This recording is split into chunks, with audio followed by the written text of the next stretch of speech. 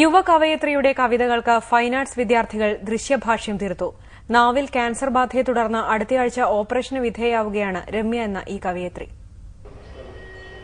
ബാല്യമേ, അറിവിൻ സ്കൂൾ ദിനങ്ങളെ, ആദ്യാക്ഷരം നുകർന്ന പരിസരങ്ങളെ, ഒരു നാൾ നാം പിരിഞ്ഞതോർക്കുന്നുവോ? പോളിയോയോടും ദാരിദ്ര്യത്തോടും പോരാടിയാണ് രമ്യ ആന്റണി ജീവിതം തുടങ്ങിയത് തന്നെ. തിരുവനന്തപുരം പോളിയോ ഹോമിലെ അന്തേവാസിയായി പഠനം പൂർത്തിയാക്കി. ഒരു സ്വകാര്യ സ്ഥാപനത്തിൽ ലൈബ്രറിയനായി ജോലിയും കിട്ടി. ജീവിതം അങ്ങനെ പച്ചപിടിച്ചു തുടങ്ങവെയാണ് ക്യാൻസർ വില്ലനായി എത്തിയത്. നാവിൽ ബാധിച്ച ക്യാൻസർ രോഗത്തോട് പടവെട്ടാൻ പണമടക്കം എല്ലാം തടസ്സമായിരുന്നു.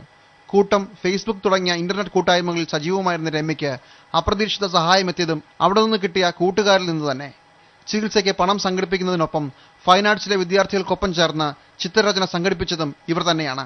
രമ്യ നന്നായി കവിത എഴുതുമായിരുന്നു, നന്നായി ബ്ലോഗ് ചെയ്യും. അപ്പോൾ ബ്ലോഗ് വായിച്ചിട്ടാണ് ഞങ്ങൾ ഓരോരുത്തരും ഞങ്ങൾക്ക് രമ്യയുമായി പൂർവ്വ ബന്ധങ്ങളൊന്നുമില്ല. രമ്യ സന്തോഷമായിരിക്കാൻ കഴിയുന്നതെല്ലാം ഒരുക്കുകയാണ് ഇവർ. ഈ ഞായറാഴ്ച വൈകുന്നേരം പ്രസ് ക്ലബിൽ വെച്ച് രമ്യയുടെ ആദ്യ കവിതാ സമാഹാരം പ്രകാശിപ്പിക്കും. പേര് ശലഭായനം. കഷ്ടം അനുഭവിക്കുന്നവർക്ക് വേണ്ടി അവർക്ക് ചെയ്യാൻ ഇങ്ങനെ സാധിക്കട്ടെ, ഇതിനേക്കാളും വലുത് ചെയ്യാൻ സാധിക്കട്ടെ എന്ന് ഞാൻ. അടുത്തയാഴ്ച രമ്യ റീജിയണൽ ക്യാൻസർ സെന്ററിലെ ഓപ്പറേഷൻ തിയേറ്ററിലേക്ക് പോകും. എന്തിനും താങ്ങായി പുറത്ത് കൂട്ടുകാരുണ്ടെന്ന ആത്മവിശ്വാസത്തോടെ. നോവിൻ കുഞ്ഞോർമ്മയായി ഉള്ളിലെരിയും കനലായി എൻ മൊഴികളെ ഗദ്ഗതമാക്കി നീ വേദനയ്ക്കൊപ്പമിരുപ്പൂ. Jimmy James, Asianet news, Thiruvananthapuram.